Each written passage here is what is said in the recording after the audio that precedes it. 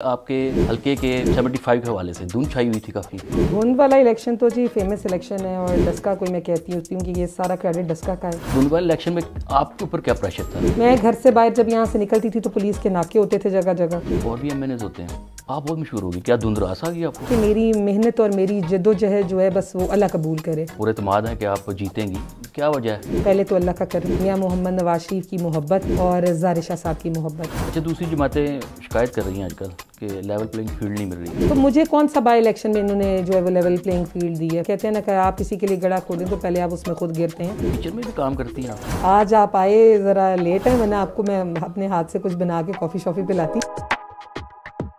इस वक्त मौजूद है डस्का के हल्का NA 73 में। ये वही हल्का है जो बाई इलेक्शन में NA 75 था और काफ़ी मशहूर हुआ धुंध की वजह से। आप सबको पता है कितनी वर्स्ट सिचुएशन थी उस वक्त। ये हल्का जो है वो सैयद ज़ाहिर शाह साहब का हल्का था, मरहूम जो 1985 से मुसलसल यहाँ से जीते आए और उसके बाद उनकी दुख्तर जो है सैयदा नुशीन इफ्तार इस हल्के से अब उनकी सियासत को जारी रखे हैं। मेरे साथ इस वक्त सैयदा नुशीन इफ्तार मौजूद हैं जो मुस्लिम नून के टिकट से यहाँ से इलेक्शन लड़ रही हैं। आइए उनसे बात करते हैं इस इलेक्शन के हवाले से। जी मैडम, कैसी है आप? खैरियत से? शुक्र अल्हम्दुलिल्लाह, शुक्र अल्लाह का। इलेक्शन की आमद 8 फरवरी को इलेक्शन जो है वो होने जा रहा है। सबसे पहले हम बात करेंगे आपके हल्के के 75 के हवाले से। धुंध छाई हुई थी काफ़ी, उस पर थोड़ी रोशनी डालें, हुआ क्या था? धुंध वाला इलेक्शन तो जी फेमस इलेक्शन है और डस्का कोई मैं कहती हूँ कि ये सारा क्रेडिट डस्का का है। जिस तरह हमारे धड़ों ने, PMLN के वोटर्स ने, वर्कर्स ने जिस तरह ये इलेक्शन संभाला, मेरे साथ शाना बशाना उन्होंने लड़ाई जो है वो लड़ी और जीती जंग, तो अल्लाह का करम है क्योंकि ये हल्का हमेशा से मुस्लिम नून का गढ़ रहा है। पहले ज़ाहिर शाह मरहूम जो हैं, आपने खुद भी बताया कि 1985 से वो तहसील डस्का से इलेक्शन कंटेस्ट करते हैं और अल्हम्दुलिल्लाह जो है वो हर इलेक्शन उन्होंने जीता भी।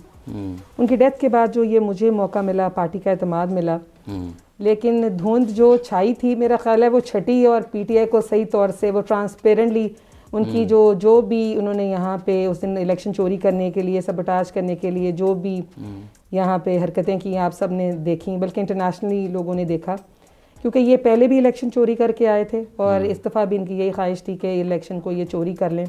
कहीं पे जो है वो हमारे रिज़ल्ट टैम्पर हो गए, कहीं इन्होंने हमारे धड़ों से हमारे काउंसलर्स को जो है वो अगवा करवा लिया। और लेवल प्लेइंग फील्ड की ये बात करते हैं तो तब मेरे पास भी ऐसा कुछ नहीं था जी। हमें बाय फोर्स जो है वो हमारे लोगों को ये कहा जाता था कि वो पार्टी चेंज करें, अपनी जो है पार्टी से लॉयल्टीज़ लोगों ने ख़त्म करके मजबूरी के तहत उन लोगों को जाना पड़ा। लेकिन क्या तब हमें लेवल प्लेइंग फील्ड जो है वो मिली। आज अल्लाह का मैं ये कहूँगी कि अल्लाह की लाठी जो है वो बड़ी बेआवाज़ है। और आज तब मैं ये सोचती कि जब मैं यहाँ इलेक्शन लड़ती थी तो मेरे साथ जो हालात बनाए जाते थे और जो होता था, तो तब ये जो है डरना चाहिए था कि वक्त कभी भी तब्दील हो सकता है। अच्छा, धुंध वाले इलेक्शन में आपके ऊपर क्या प्रेशर था? आप कैंडिडेट थी तो कैंडिडेट को किन किन मुश्किलात का सामना करना पड़ता है? मेरी तो लंबी लिस्ट है। मैं घर से बाहर जब यहाँ से निकलती थी तो पुलिस के नाके होते थे जगह जगह और फिर मेरी पूरी फैमिली पे जो है वो पर्चे FIRs थी ताकि वो मेरे साथ बाहर कैंपेन में ना जा सकें। मेरे भाई को एक दिन उन्होंने अरेस्ट कर लिया, फिर मुझे कॉल्स कराई कि आप पार्टी जो है वो चेंज करें।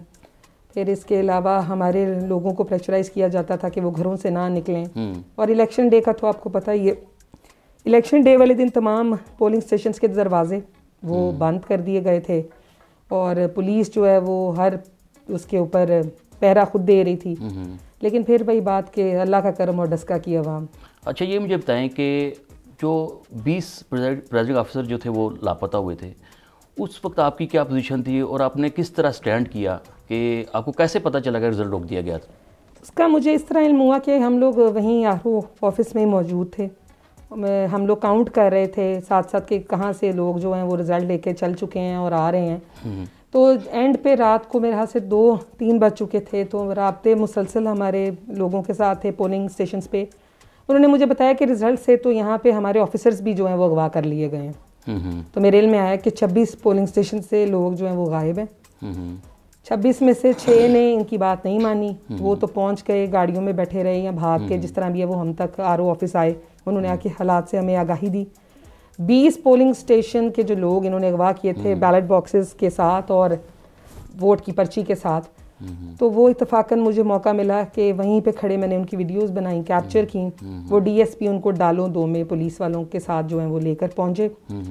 तो फिर हमें वाज़ेह हो गया कि अब जो है इलेक्शन जो चोरी करने का इन्होंने प्लान किया हुआ था, तो वो उसमें फिर भी वो कामयाब नहीं हुए, क्योंकि हमारे पास ओरिजिनल जो है फॉर्म 45 और 46 अवेलेबल थे, तो जिस वजह से जो है चीज़ें बेहतर हो गई। जी बताएं, धुंध में इतनी मुश्किलात होती हैं, तो ख़वातीन की हमायत थी आपके साथ उस वक्त? मैं हमेशा सबको यही बताती हूँ कि रिज़ल्ट के बाद जब मुझे थोड़ा टाइम मिला, मैंने वो अपना सारा रिज़ल्ट जो है वो ख़ुद देखा, तो मुझे पता चला कि 53 फ़ीमेल जो % वोटर है उन्होंने हमें वोट कास्ट किया है। तो मर्दों से ख़वातीन ने मुझे ज़्यादा वोट कास्ट किया है मेरे लिए बाई इलेक्शन में, तो female support was like massive.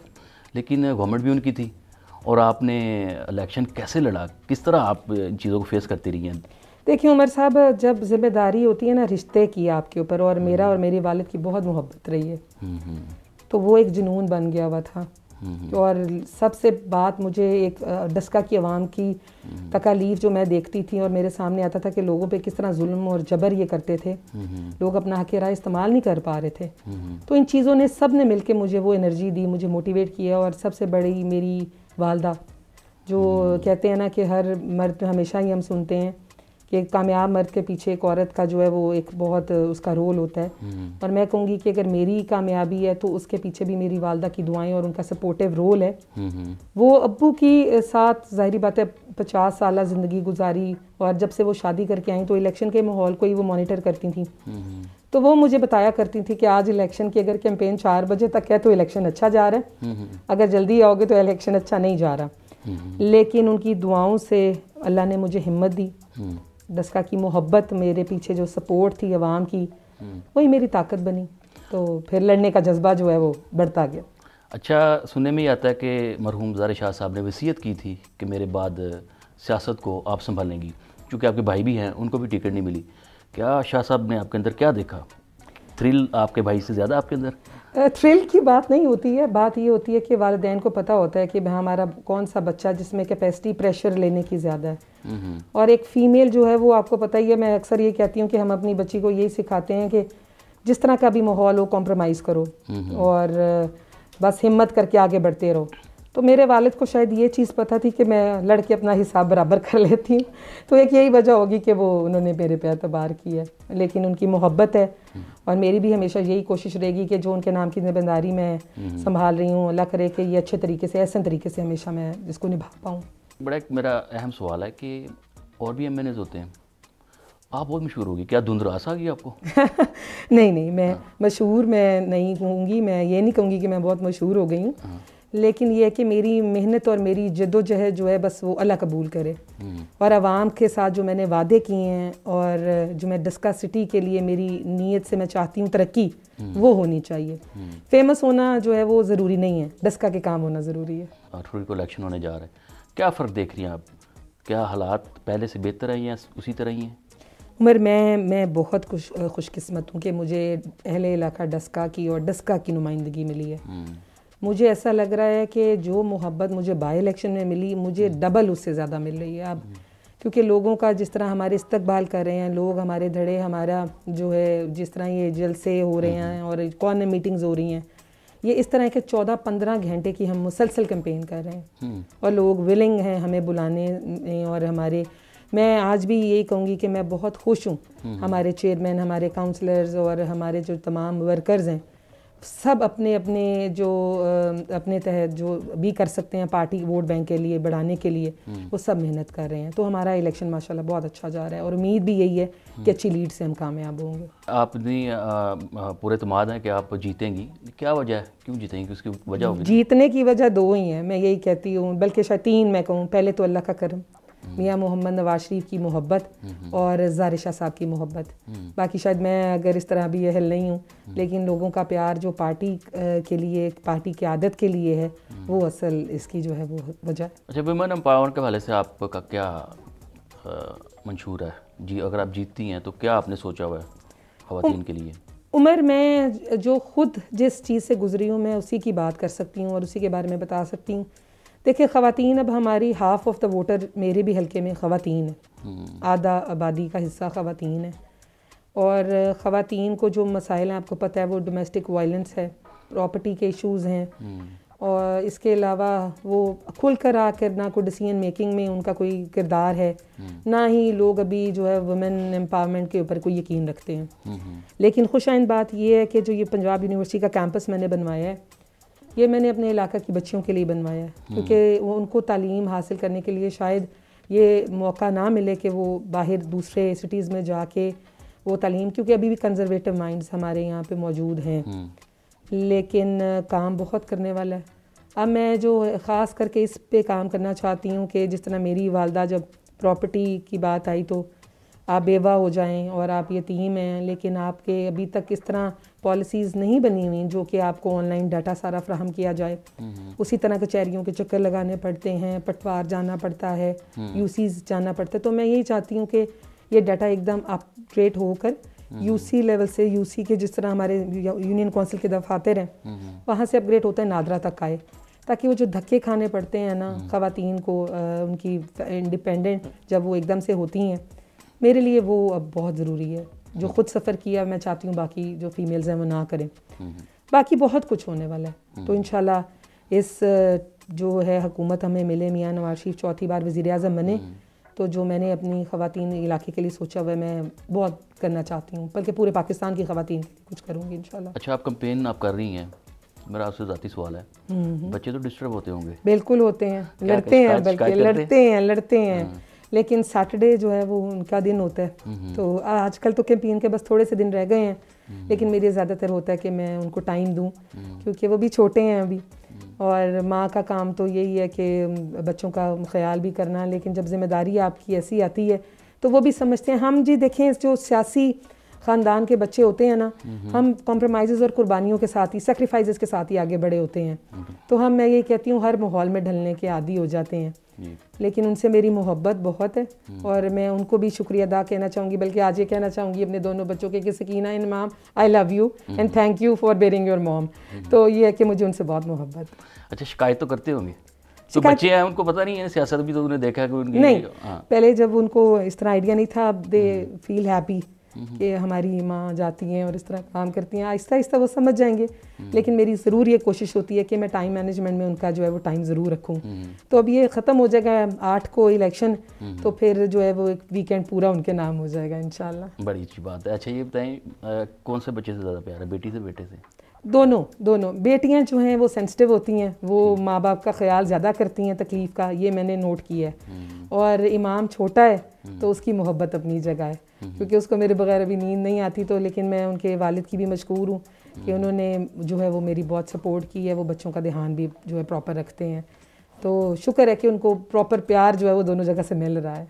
अच्छा, दूसरी जमातें शिकायत कर रही हैं आजकल कि लेवल प्लेइंग फील्ड नहीं मिल रही, तो हमने उनको कहा था कि 9 मई का कुछ करें, ये उनकी अपनी चॉइस थी।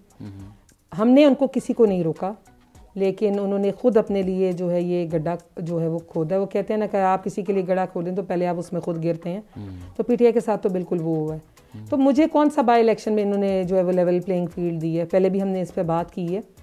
तो बस अब आप उतना ही करें कि कल को आप जो प्रेशर जो है बर्दाश्त कर सकें। लेकिन ये पीटीआई ने 9 मई का वाक़या जो इस मुल्क के नौजवानों को उन्होंने वरगला के और मुल्क के अगेंस्ट उनको खड़ा किया है, मैं कहती हूँ ये अभी भी जो है मज़म्मत के काबिल है। अली असद मलिक साहब जो है वो बड़ी शिकायत कर रहे हैं आजकल के लेवल प्लेइंग फील्ड ख़ास तौर पर उनको नहीं मिल रही। उनके जो कारकुनान हैं, उनके जो धड़े हैं, उनके जो साथी हैं, उनको गिरफ़्तार किया जा रहा है, मुकदमा दर्ज किया जा रहा है उनके खिलाफ। क्या कहेंगे आप? तो जबकि इसके बरक्स नून लीग के खिलाफ ऐसी कोई कार्रवाई नहीं हो रही है, क्या वजह क्या है इसमें? नहीं, देखें ना, अब आप उनको चाहिए वो खुद ग्राउंड में आए। जब मुझे लेवल प्लेइंग फील्ड नहीं मिलती थी तो मैं ग्राउंड में रही थी ना, मैं कहीं छुप के नहीं बैठी हुई थी, मैं सारा दिन हल्के में घूमती थी।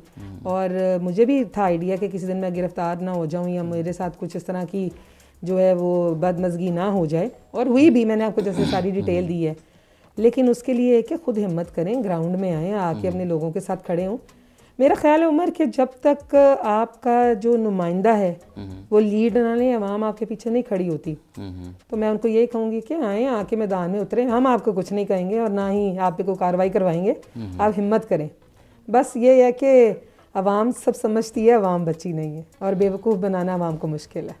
अच्छा, सियासत तो आप कर रही हैं, नज़र आ रहा है, आप जैसे मेहनत कर रही हैं सबके सामने है, तो किचन में भी काम करती हैं आप? बिल्कुल मैं करती हूँ। आज आप आए ज़रा लेट है, वरना आपको मैं अपने हाथ से कुछ बना के कॉफ़ी शॉफ़ी पिलाती। हमने उमर, एक औरत मैंने पहले भी बताया कि ट्रेन होती है। मेरी वालदा ने हमारी जो है वो हर तरह से ट्रेनिंग जो है वो की हुई है, तो अच्छा खाना बना लेती हूँ मैं। क्या अच्छा स्पेशलिटी क्या है आपकी खाना बनाने में? खाने में मैं मीठा डेजर्ट्स जो हैं वो अच्छी बनाती हूँ। इसके अलावा जो है वो मेरे ख्याल से आलू कीमा मेरे वालिद को बहुत पसंद था, तो मैं अच्छा बना लेती हूँ। इसके अलावा आपको खाने में क्या पसंद है? मैं तो अब बिल्कुल जो हूँ ना वो सारा दिन तो बाहर रहती हूँ, तो जो मिलता है वो अल्लाह का नाम लेके जो है खा लेती हूँ। अब मेरी वो अपनी पसंद नापसंद मैटर ही नहीं करती। भूख लगी हो तो रास्ते में से हम पकौड़े भी खा लेते हैं। समोसे मुझे बहुत पसंद है, तो अक्सर तो समोसों के ऊपर जो है ना हमारा गुजारा हो रहा है।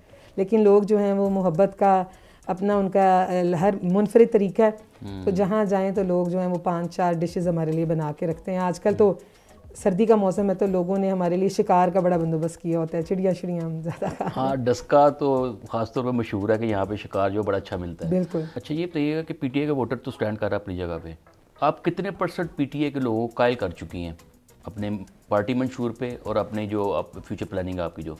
हाँ, ये आपने बहुत अच्छा सवाल किया उमर, और मेरे साथ जो है मेरा ख्याल है कि काफ़ी पीटीआई के लोग जो हैं धड़े वो हमारे साथ जो है उन्होंने शमूलियत जो है वो की है, और उनको बाय फोर्स नहीं आए जी। वो हमारे अवामी राब्ते को देख के, मुस्लिम लीग नून की कारकर्दगी को देख के, और ये जो पिछला तमाम 9 मई का वाक़या हुआ है, जो लोग तो पाकिस्तान से मोहब्बत करते थे वो ख़ुद पार्टी से अलहदगी जो है पीटीआई से इख्तियार करके हमारे साथ शमूलियत उन्होंने इख्तियार की है।